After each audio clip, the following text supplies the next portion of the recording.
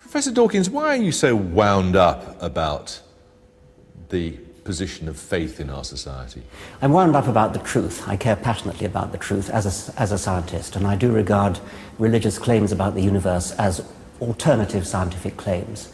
So the claim that the universe contains a God, contains a creative intelligence, is a scientific claim, because the universe would be a very different kind of universe with such a being than without it. So that's part of it. I care about the truth. But of course, you phrase the question as wound up in society, and I think you really only have to look around the world to see why one might be wound up about religion in society. But when you hear, for example, today on the day of the Jewish New Year, you hear the chief rabbi on the radio this morning talking about how there is a purpose to our existence. What do you think? Well, in one sense there is a purpose to our existence, which is the propagation of DNA, but that's not a very uplifting purpose. It's not the kind of purpose he means. I think there's a purpose to each individual's existence, which is a purpose that we make for ourselves. And you make your own purposes, I make my own purposes. That's different from the kind of purpose to existence which somebody like the chief rabbi means. I was struck by one sentence in your book, in the middle of it. God almost certainly does not exist. Yes. You're leaving open the possibility that he does. Of course, any scientist would leave open that possibility. You can't absolutely disprove the existence of anything. So just as we can't disprove the existence of Thor and Zeus and the flying spaghetti monster, we can't be dogmatic and say it is certain that God doesn't exist. We can say it is as unlikely as Thor with his hammer.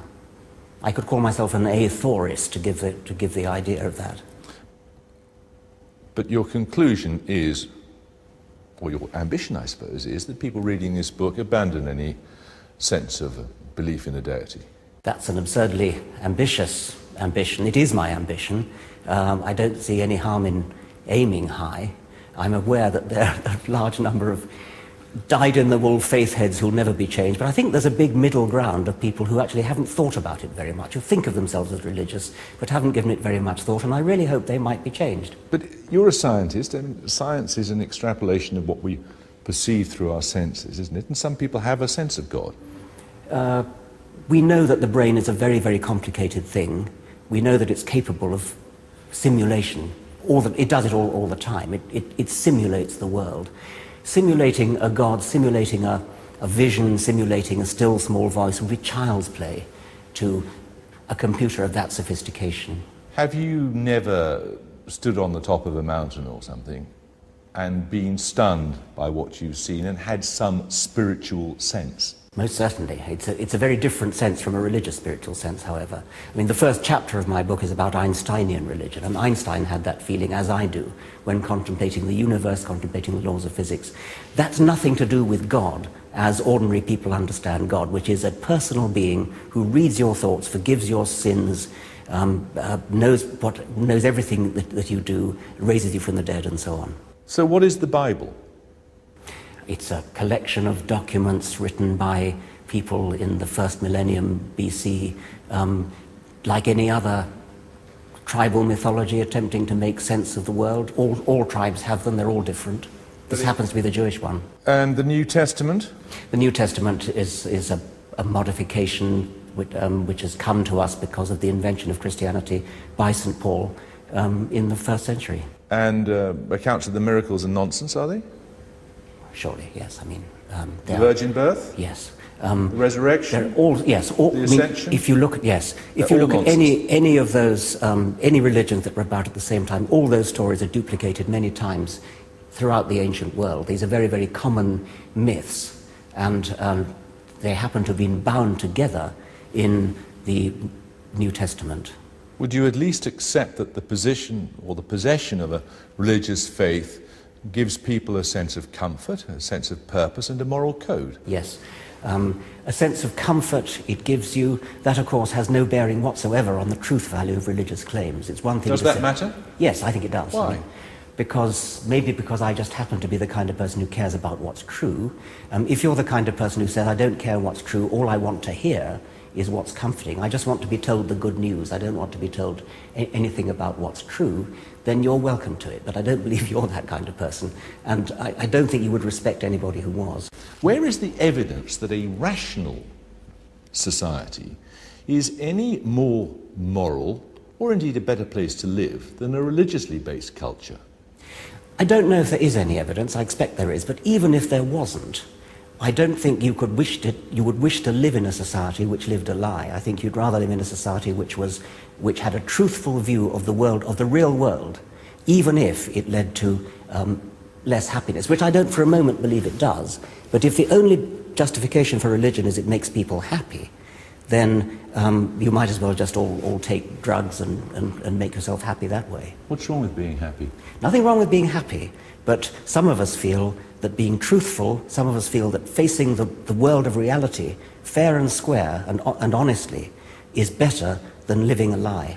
Do you think that political leaders are worse or more dangerous if they have a religious conviction?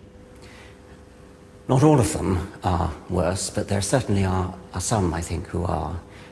If you believe that you have a divine mission, if you believe that God told you to invade Iraq, if in even more extreme cases, if you believe, I don't think any leading politician believes this, but certainly many of their constituents do in America, believe that Armageddon is devoutly to be desired because that's the end of the world which will presage the second coming of Christ. Many of Bush's constituents literally do believe that. They long for nuclear war.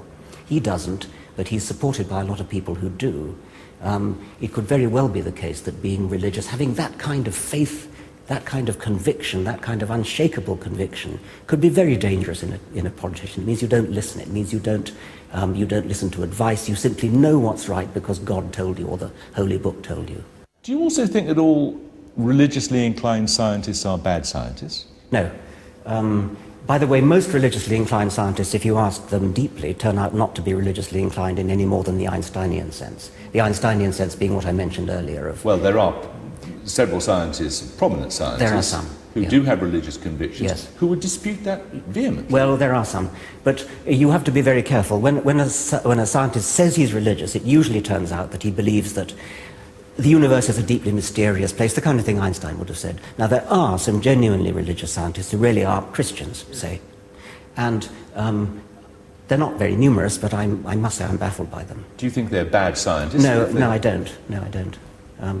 But I think they do it by a kind of compartmentalization of the mind. You don't understand how they can reconcile these two ways of viewing the world? No, I don't. Not really, no. I suppose maybe we all compartmentalize a bit, and I suppose I can just begin dimly to understand it from that point of view, but it's pretty difficult for me to. What do you hope you'll achieve with this book? Because it's a very entertaining read, and it's very, very convincing. It's slightly strident in tone in places because you obviously care very deeply about this. Yeah. But what do you hope to achieve with it? I hope to persuade, not everybody, but a substantial number of sort of middle-of-the-road people that there's nothing wrong with disbelief in God. There's nothing outlandish about it. It's probably what they're like anyway, if only they admitted it to themselves. So it's a kind of self-help to atheism, I suppose. Well, as they would doubtless say on some sort of American chat show, so what gets you through the night then?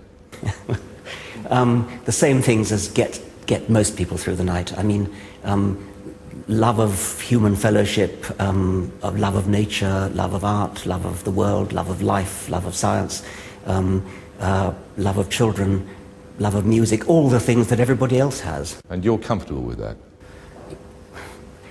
I am comfortable with that, but even if I wasn't, it wouldn't change what I believe, because I don't believe we're put here to be comfortable. Richard Dawkins, thank you. Thank you very much.